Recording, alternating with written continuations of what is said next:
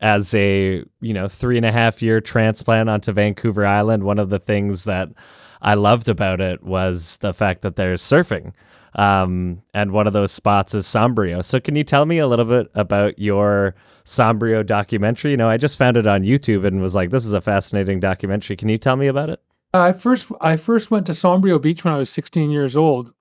And back then you had to hike from the highway all the way down to the beach. And it was a beautiful emerald forest. It was a pristine old growth forest. And it was really amazing, just magical place when I was a kid. And I remember going down there, and there was a community of folks living down there when I first went down and camped. The beach evolved into a community of different types of people that each had different cabins, and we each acquired about 100 yards each. The cabins were all spaced by, I call chainsaw distance. Noise wouldn't bother me if my neighbor started his saw or chopped his wood and had a dog or anything that was, it was a nice distance. We each had a ranch, so to speak. We were the caretakers here. Mike's explained that to you. People would say, "Oh, I'm going to build a shack right next to yours," and we would tell them, "Hey, this isn't downtown. There's lots of room. I'll just spread out. Plus it keeps things cleaner." Since the arrival of the first squatters in the late 60s, a number of interesting characters have come and gone from the beach. By the early 90s, there were a dozen or more cabins, and between 20 and 30 residents. Over the years, I lived in Ontario for a while, and when I came back, I went to Sombrio, sought it out again, and they logged it out and had a road down to the bottom, and it was a quick, easy hike in there. And I got to know the folks living on the beach, like Rivermouth Mike and Steve Johnson and Barb Oak, and I knew some of the other folks down there. And I always wanted to make a documentary about Sombrio Beach. But Rivermouth Mike always said, if you bring your camera down here, Paul, it might fall in the ocean, and then, it won't work anymore. And so they always just discouraged me from documenting the situation down there. Mm-hmm. And so I always just respected that.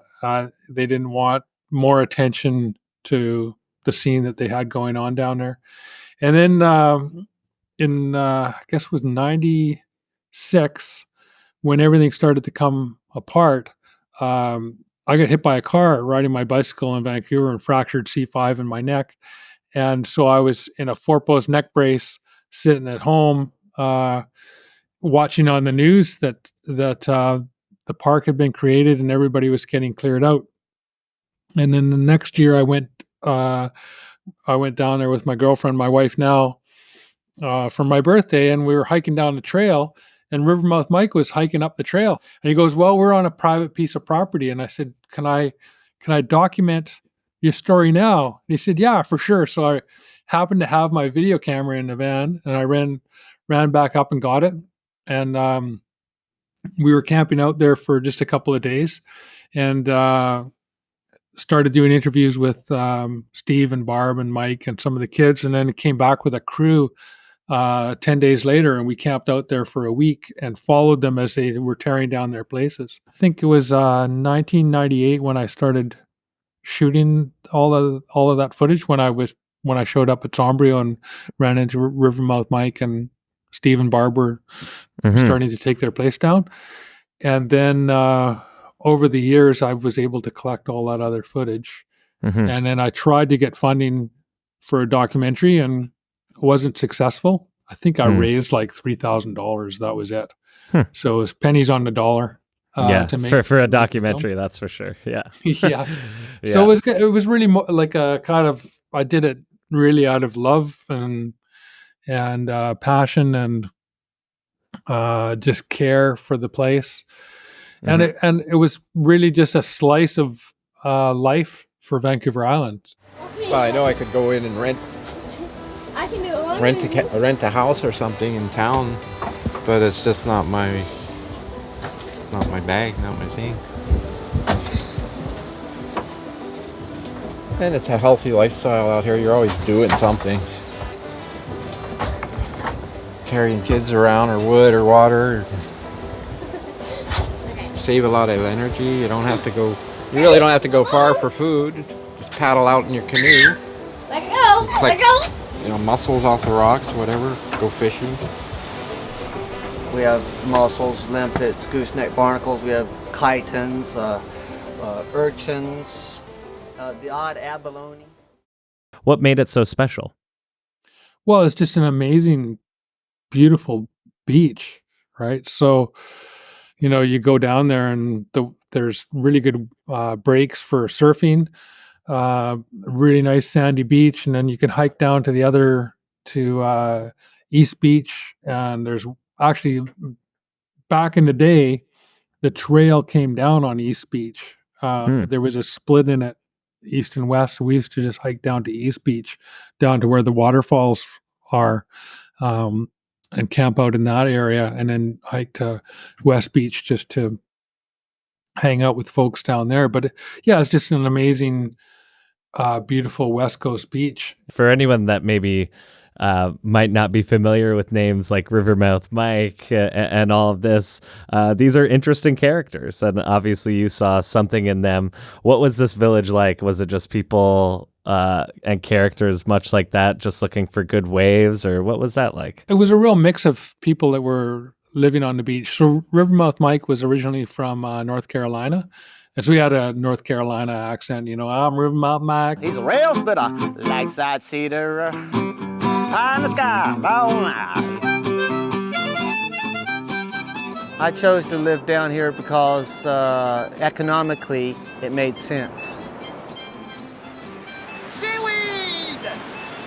He had a shack right on the corner of Sombrio River and the beach, right where they meet. And then he had a little beachfront workshop, and he would fix people's surfboards there.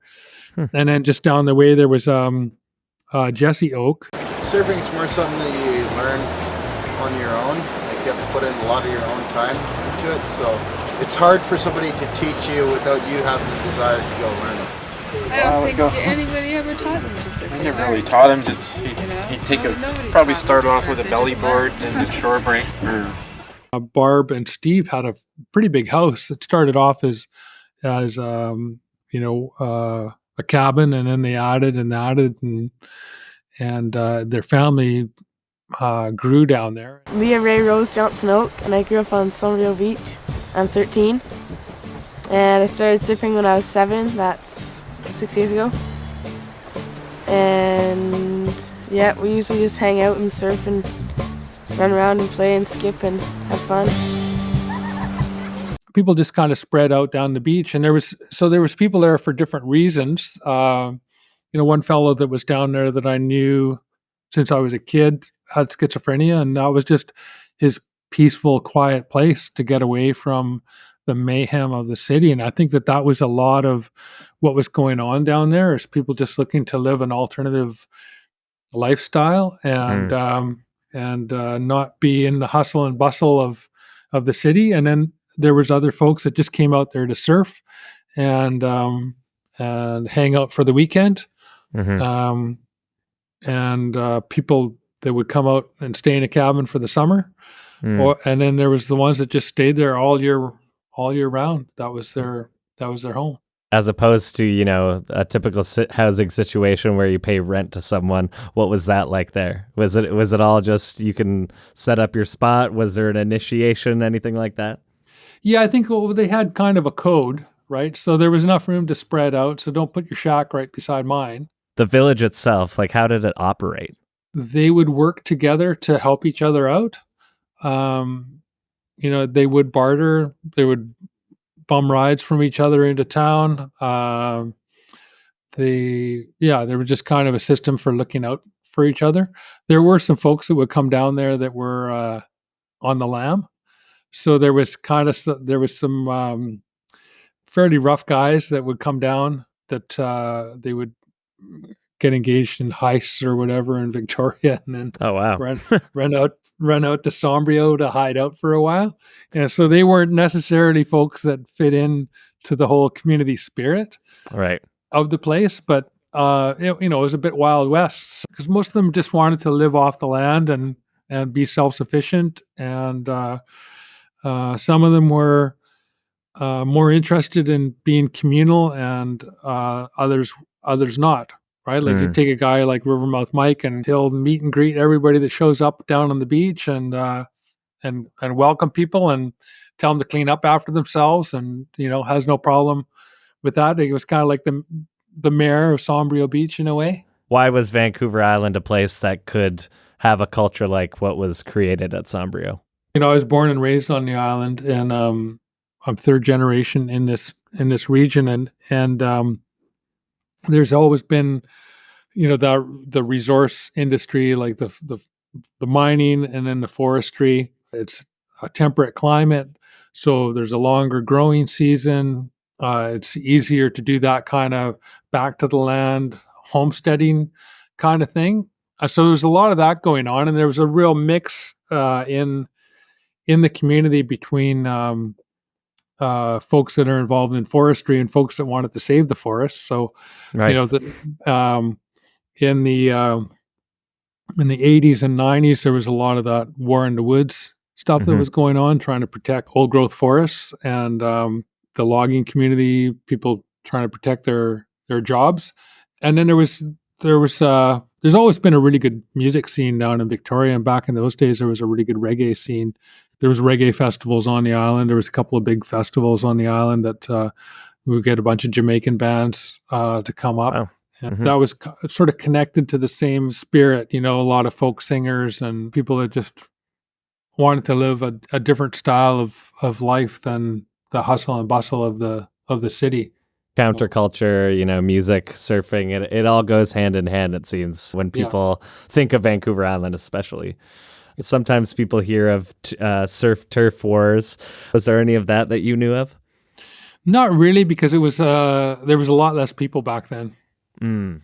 Right, so a much smaller population at the time when I was making that film in the late 90s. We've gone through a real boom on the island in especially the last 5 years, but really the last 20 years. There's been a lot of people moving here. And so I guess that's kind of changed the dynamic a little bit, because people are surfing on top of each other now. People like the Brewilers in Tofino, the Oaks. Leah Oak ended up, becoming a surf champion and traveling the world surfing for Team Canada. They would go out and find breaks in really remote parts of the island, and surf off of a boat. Right? Wow. Yeah. You've mentioned the Oaks a few times now. Maybe you can kind of just tell me their story as well for the viewers. Well, Steve Johnson came from Huntington Beach in California, and he left. I don't know if he was called up in the draft, but he left before he was drafted for the Vietnam War. He ended up on Sombrio. If I recall correctly, Barb Oak was from Souk area, and they got together, and they both had kids from previous relationships, and they had a bunch of kids down there. So I can't remember how many were born right on the beach. I think 6 of them. Wow. Were born right down there on the beach. So they would have a midwife that came down, and interesting, like the midwife, I've met her a number of times. She lives up in this area. That she would go down and help Barb give birth, and kids were born right down on the beach, and started surfing at young ages, and just learned to live in that kind of back to the land sort of way, right? How would you compare Sombrio then versus now? Well, now it's a park, and it's packed. There's lots of people that go there, and Victoria, the Capital Regional District, has really grown. So there's way more people on Vancouver Island now than 25, 30 years ago. And so, there's just a lot more people down there crowding into camp. So it's quite different. There used to just be a lot of solitude down there. Yeah. A lot more unbeaten paths, you could say. Yeah. Yeah. Yeah. So and for those that might not know too, what happened to the Sombrio Surf Village? So in 1996, I can't remember what year it became a park. It might have been 94. It became a BC park, part of the Juan de Fuca Rec Trail. And in 1996, everybody was given notice to move out. This beach has given us 20 years of happiness, whatever. And it's payback time. Tear down the house, clean it up, make it look like a park. And so then the Parks Department just came in and they hired contractors to just come in and take everybody's stuff out. So if people hadn't packed up and taken their stuff, then they came in with a helicopter and just loaded everything up and hauled it on out. Steve and Barb and their kids and Rivermouth Mike lived on a small piece of private land. So just at the corner of the river and the beach, there was a chunk of private land that was owned by a family in Seattle. And so when the Parks Department came in to clear everybody out, they couldn't clear them out because that was private land and they had no authority to do that. And so they struck a deal with the landowners and to just pay rent and stay there as long as they could. And then the landowners eventually made a deal with the BC government to add that piece of property to the park. Oh, wow. Yeah. I mean, it could have gone another way. It could have ended up with a resort down there or something, but yes, the BC government wasn't going to allow them to put a road access in to that piece of land. So So it's kind of bittersweet in some ways, like for the people like Rivermouth Mike and the Oaks and everybody that lived there. What were their, obviously they're losing their home, so that is not great.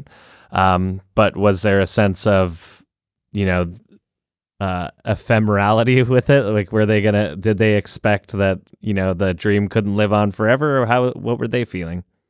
They always suspected that the dream wasn't going to live on forever. Yeah. They just soaked up life as it was. So it used to be 7 years. If you were on the land for 7 years and established yourself, you could claim squatters' rights. And I know some folks whose grandmother jumped off a train beside a lake in Whistler and built a house, cabin, and now a big house right beside a lake in Whistler, and that property's worth millions of dollars, right? And here in Nanaimo, up on First and Second Lake, there's a whole bunch of cabins on the lakes there that were obtained through squatters' rights. And then we have Shack Island just off of Neck Point, Piper's Lagoon parks, where there's a bunch of shacks on islands, and those were all obtained through squatters' rights. Wow! Way back when. So the folks that went and stayed on Sombrio, they were too late to do that. I think it's 70 years now or something. It's really it's completely out of reach. You can't do it anymore. Obviously, you made this documentary, and all these people. Do you keep in touch with any of these people, and do you know kind of what happened? The years after Sombrio Beach became a park and all of that? I haven't seen Rivermouth Mike in a few years now because he's in Port Renfrew. Barb's still in Port Renfrew. Steve, if you watch the film, he died, and as did some of the kids, and I'm friends with some of them on Facebook, some of the kids. So I see what Leah is up to here, there, and everywhere. She's got kids now too. So, but yeah, I haven't been in touch with them too much in the last bunch of years. Yeah. In total, how long do you think the Sombrio village was living from start to end? How long do you think? Well, at least 3 decades. Wow. Yeah. Amazing. And some people would have been born and raised there, basically. Some of those kids had lived there. I think the one daughter who was born there lived there 18 years. Wow. Yeah. Yeah. Amazing. What a life.